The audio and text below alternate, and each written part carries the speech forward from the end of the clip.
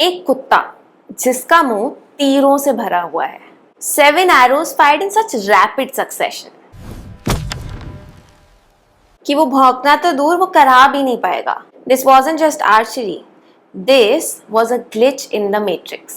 हस्तिनापुर के जंगल में जब अर्जुन ने ये देखा, वो obviously shocked था. Not because of the violence, but because of the impossibility of the act. How do you silence a creature without killing it?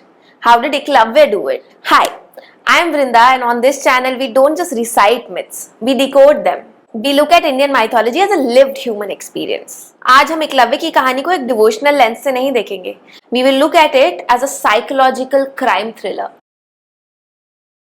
Like a lot of us, Arjun was a systems child. He had the best teachers, best equipment, state's backing. लेकिन एकलव्य वो एक outsider था और वो influenced था with something called outsider syndrome. जब आप एक elite system को बाहर से देखते हो, चाहे वो Ivy League कॉलेज हो या एक हाई सोसाइटी सर्कल, आपको लगता है कि वहां पे कोई मैजिक चल रहा है, सीक्रेट मैजिक. इमेजिन एक बच्चा जो शहर की बाउंड्री के बाहर गीली मिट्टी में नंगे पांव खड़ा है. अंदर लाइट्स हैं, अमीरी की खुशबू है, लेकिन बाहर सिर्फ अंधेरा. उसे लाइट्स दिख रही हैं, लेकिन उसे ये भी पता है कि उस शहर की दुनिया के लिए वो सिर्फ एक ऑडियंस है, पार्टिसिपेंट नहीं. एकलव्य भी ये बात रियलाइज करता था. He didn't just want to learn archery. He wanted to learn that special archery जो राजकुमारों को सिखाई जाती थी. He wanted to be a participant in the system. और इसीलिए जब द्रोणाचार्य ने उसे मना किया, it wasn't just a no. It was a deep psychological wound. And here is the fascinating part. Rejection अक्सर obsession बन जाती है. Eklavya doesn't just sit and cry. वो मिट्टी उठाता है और वो sculpting start करता है. He is bleeding his frustration into the earth. वो द्रोणाचार्य की एक मिट्टी की मूर्ति खड़ी करता है. क्यों? क्योंकि एक मूर्ति कभी ना नहीं बोलती. He created a proxy mentor. हर सुबह उठने के बाद वो उस मूर्ति के सामने खड़ा होता है. वो अपने पोटेंशियल से बात कर रहा है, लेकिन उसको बिलीव करने के लिए उसे द्रोणाचार्य का चेहरा चाहिए. Now let's look at Dronacharya. Drona कोई संत नहीं थे. He was a strategic asset for the Kuru state. उस जमाने की धनुर्विद्या was like a nuclear weapon for the state, and उसकी knowledge was limited to certain strategic people. सोचिए, अगर आज कोई रैंडम पर्सन अपने घर के गैराज में बैठ के एक स्ट्रैटेजिक एआई वेपन बना ले जिससे बहुत बड़ा नुकसान हो सकता है, तो स्टेट क्या करेगी? They won't applaud this person.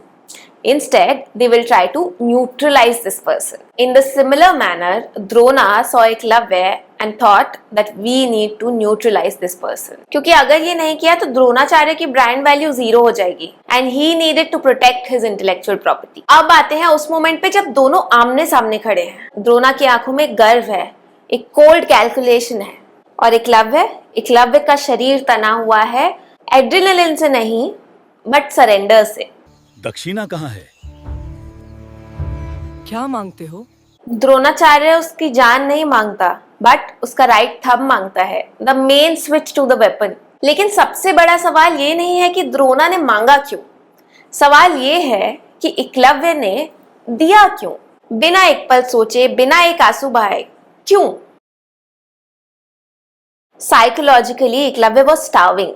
सालों से वो जंगल में अकेला था, स्किल्ड बट अनरिकॉग्नाइज्ड. जब द्रोणा ने एकलव्य से दक्षिणा मांगी तो उस पल में द्रोणाचार्य ने उसे एक स्टूडेंट का दर्जा दिया. एकलव्य के लिए वो अंगूठा उसकी स्किल की कीमत नहीं थी, बट उसकी सोशल मेंबरशिप की फीस थी. सोशल वैलिडेशन का नशा इतना खतरनाक होता है कि हम अपना टूल देने के लिए तैयार हो जाते हैं, सिर्फ एक लेबल पाने के लिए. हम सब यही करते हैं ना. हम अपनी क्रिएटिविटी, अपना मेंटल हेल्थ, अपना थंब काट करके कॉर्पोरेशंस को दे देते हैं, सिर्फ इसलिए क्योंकि हमें एक सीनियर एग्जीक्यूटिव या ए लिस्टर का लेबल मिल जाए. We destroy our essence to buy a little. Eklavya history में अमर हो गया as an ideal student, but is that a victory or is that the ultimate propaganda of the system? The system loves Eklavya because he didn't rebel. He quietly accepted his exclusion.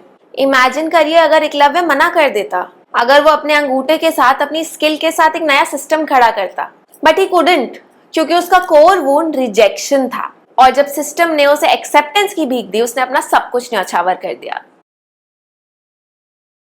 Eklavya की कहानी हमें ये नहीं बताती कि गुरु भक्ति क्या होती है. ये कहानी हमें बताती है कि गेट कीपिंग कैसे काम करती है. Dronacharya wins because his student Arjun remains number 1. The system wins because the intruder is disabled. And Eklavya he gets a statue and a chapter in the book, but he never gets to fire another arrow. सोचिए, what is your thumb? वो कौन सी चीज है जो आपको unique बनाती है, लेकिन आप उसे एक सिस्टम के वैलिडेशन के लिए सैक्रिफाइस करने के लिए तैयार हैं? And is that label worth the loss?